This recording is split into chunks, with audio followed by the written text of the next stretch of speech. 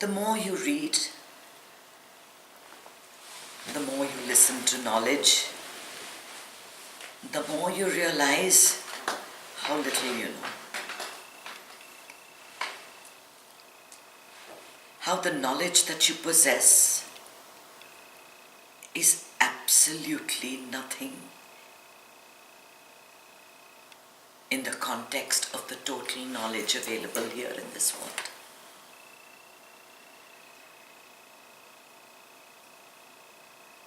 The question of God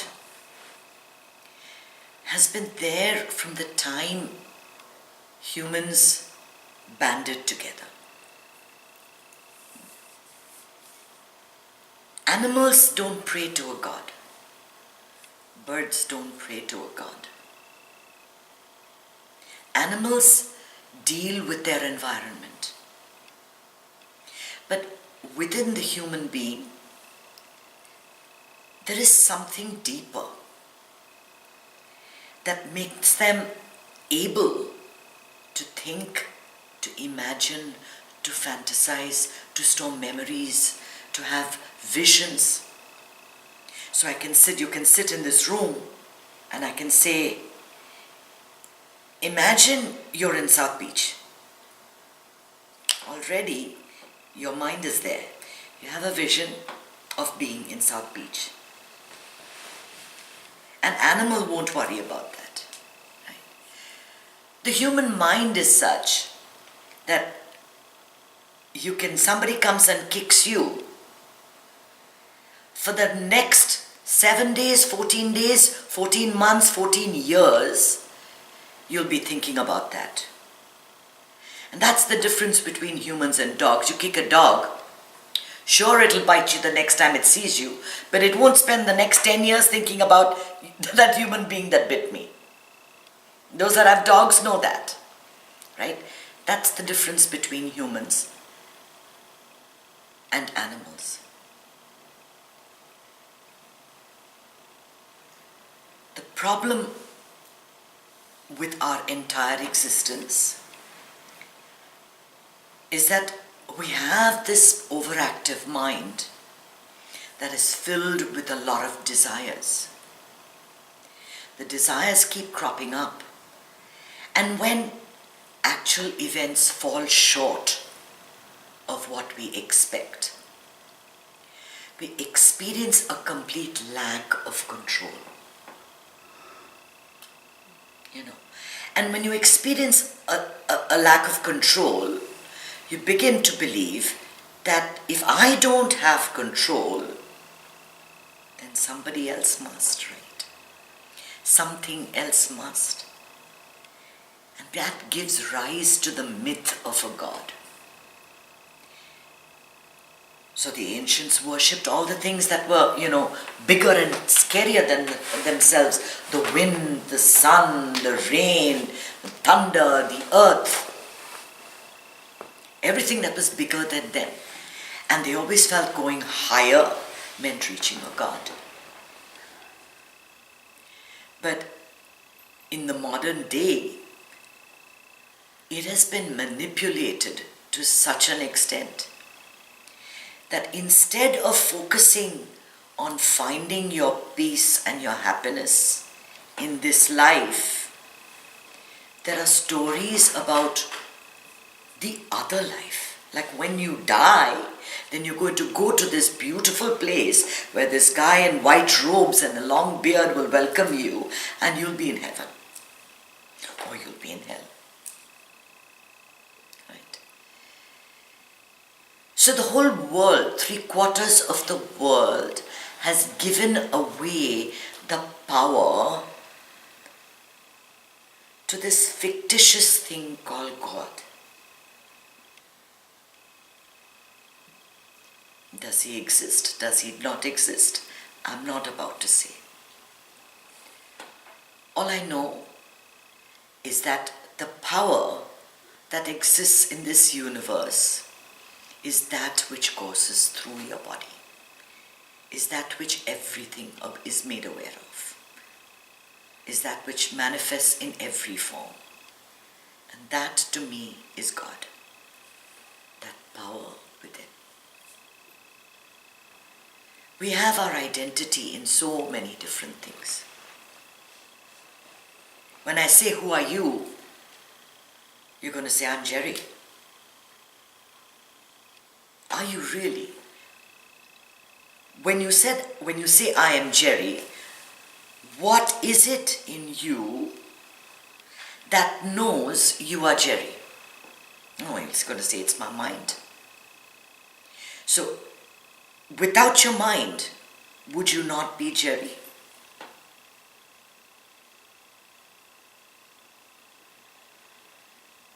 You wouldn't. We've created an identity for ourselves. We've given ourselves names, forms, memories, emotions, and the rest of the baggage. Everything, in order to understand it, needs to be an object, right? Very clearly, you have eyes, and whatever you see is the object in front of you. You look at yourself in the mirror and you can see a reflection of yourself. But can you see you that is being reflected?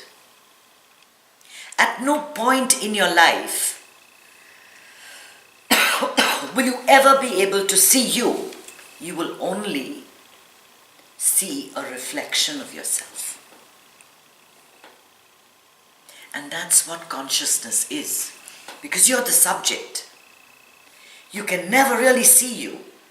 You can only see the reflection. Consciousness is like that. Because it is the eternal source. It is the viewer. It is the observer. It is the eternal awareness. It can never become an object. And therefore, as a human being with senses, we can never hold on to it, grasp onto it, or even understand what it is. But we know it's there. We know it's there. You can see for yourself when you sit in meditation, and there are times during meditation where you don't feel your body. You don't feel, but you are there. There are nights where you have beautiful, blissful sleep. The mind is completely shut down. If you're saying, I'm the mind, we established we're not the body, so then are you the mind? The mind shuts down during that period. You cannot recall it. You're in a delta state. You cannot recall it. But when you awake, when you wake up later on, you knew you were in deep sleep. Something within you knew you were asleep. If someone called out to you, you would awaken. That is known as the fourth state of consciousness, which is called Turiya. It's the deepest state. It is that which is beyond your waking state, your dream state, and your deep sleep state. These three states we know very well. The waking state is when you're walking, talking, and all of that. The dream state is a delta stage where all the impressions in your mind are coming up. And then there is this deep sleep where we have nothing. But beyond all of that, that which knows that you're awake, that you're dreaming, and that you're sleeping, that is the fourth. It is the ultimate awareness that allows you to connect and perceive your world. It is said that in our ancient scriptures that all of creation is a dream in the sleep of the Creator. And there are times where when you are in the dream state, you feel all of this is real. And when you wake up, you say, it was a dream. What if You woke up just now and you realize that none of it matters, none of it is real. Everything is just a different manifestation. It's the same energy, the same source, the same elements combined in different combinations. Make a picture, a sofa, a person, a TV, a camera, a brown person, a white person, a dog, a cat, a camel, a horse. All of creation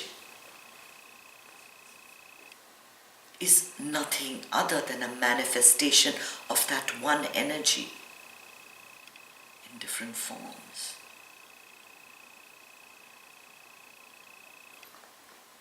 And you can see that it keeps, that creation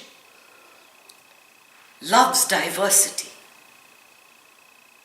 So there is no unity, there's no one single source of consciousness, but instead millions of manifestations all over. Right now, for the 4th time, I'm reading Journey of Souls. I'm doing the Audible tape nowadays. And Michael Newton, who was a very famous regression therapist, especially for regression in between lives. And he says that I'm a skeptic, I'm an atheist. I don't believe in God, yet case after case after case for the last 30 years has been going on, that where people in a very deep hypnotic state are telling me that there is a power. There is a power behind it all. That everything is energy, but there is a power behind it all. And perhaps our ancient seers understood. You want to give it a form. You call Jesus, you call Allah, you call Ganesha and Shiva. Because we want objects. We need objects to understand and to appreciate anything, to prove anything. You know, science needs a subject and an object, a cause and an effect. Now we know all of creation is the effect. But science will not accept consciousness because you cannot catch hold of it and put it in a little box and repeat it. And yet, every day, all of this, everything that we see around us is nothing other than a proof that consciousness exists. It exists. And when you understand that there is only one, that there is no other, that the same consciousness that's in me is in you, is in him, is in her, a great weight is lifted off your shoulders. Because now there is no comparison. Now there is no question of saying, how come he is so successful and I am not? Once you understand that basic Vedantic principle that there is only one, his success is your success. It's all a different manifestation at different levels. Nothing really matters. Nothing really matters except now. When you allow this consciousness to flow freely within you, without any blockages. And what are the blockages that we introduce? Fear, anxiety, stress, negativity, envy, jealousy, hatred. These are the blockages that don't allow consciousness to freely express itself through you.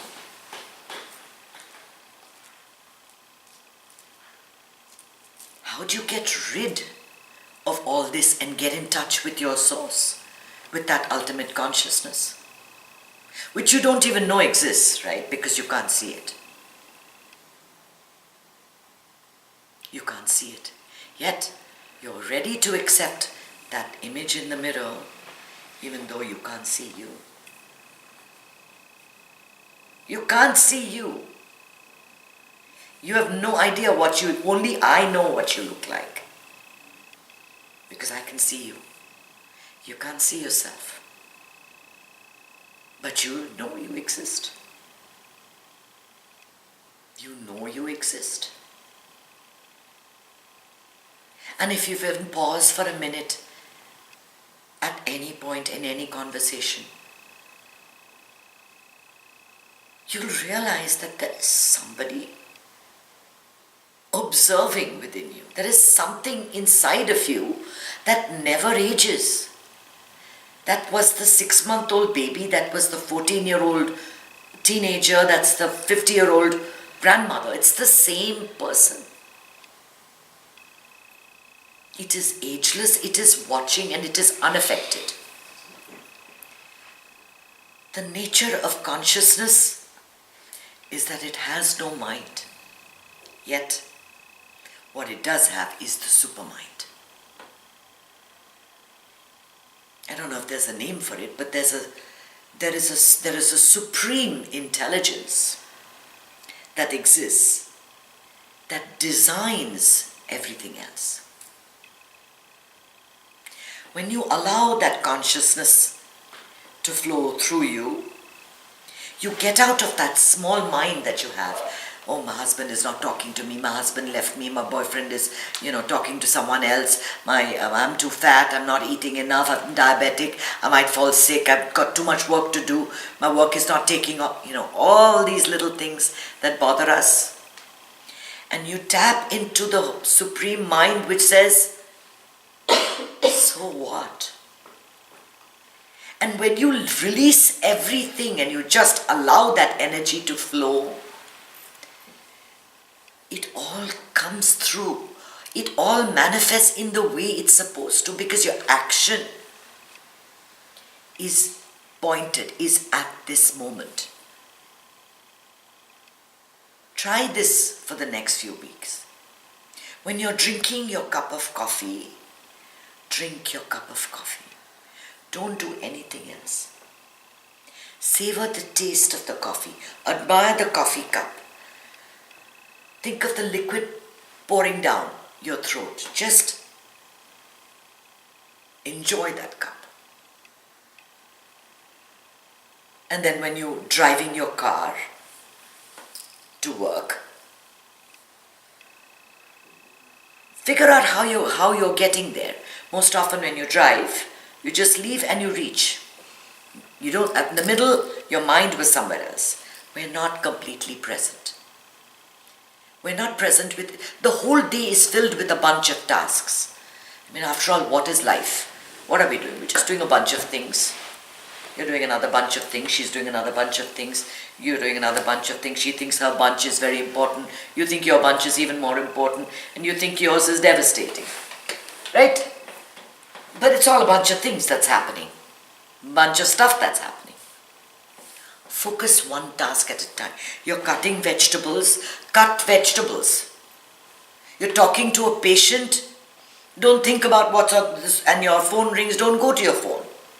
Don't do 2-3 things at a time. Stay present. Stay present all the time.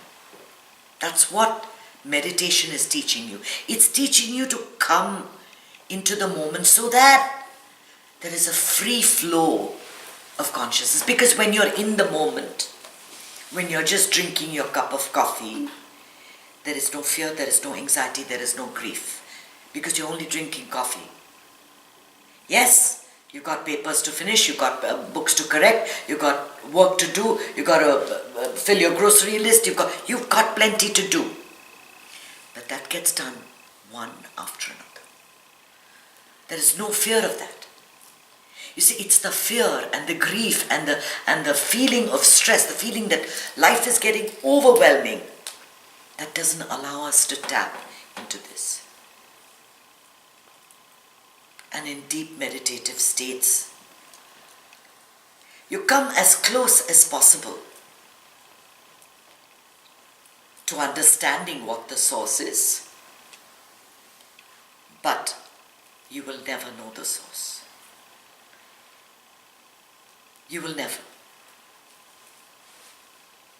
You can know where the source comes from. You can know that you have the source, but you can never objectify it.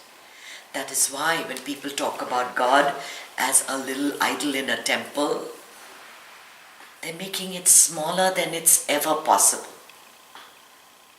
The whole idea of consciousness and of supreme energy and its super intelligence is huge, is bigger than our human minds can even conceive. How many billions of stars are there just in this universe? How many solar systems are there? How many possibilities of life are there on different planets? What do we even know? You're an expert on Sanskrit texture and text, and you're reciting all these Sanskrit verses.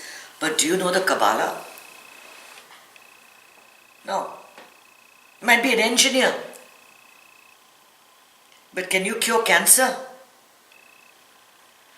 There is the amount that has to be learned and done. The body of knowledge, the body of intelligence is huge. And all we can do is to live this moment. True to the moment. Just here, right now. And unfortunately, we've got so many years of conditioning that you have to learn to break it. You have to tell yourself each day, every day, that what I'm doing now is what I'm doing now. I have learned to compartmentalize my life. And as of this new year, that was one of the things I put down on my index cards. That when I'm doing something, I will not be lost in thought. I will be present in what I do. Because I'm always cooking and saying, oh my God, I'm always cooking, I can't write my book. Now that I do everything independently, I find that the day is extending. I'm able to cook, I'm able to write my book, I'm able to do all the things that I want to do and still remain happy. Okay, I'm not jumping off the rooftops, but I have this centeredness that doesn't get shaken. I'm doing different things. And that's all you need to do. We're all doing stuff. And it's the thought of the stuff that needs to get done that's more of a burden. Nothing comes to you that you can't handle. Get in touch. Let it flow. Let it flow with it. And once the flow begins, life becomes just abundance. May not be abundance in terms of wealth, but abundance in terms of I have everything that I need. There is nothing more that I need. This moment is perfect as it is. And you live your life moment to moment to moment. And that is when you are a true manifestation of pure consciousness.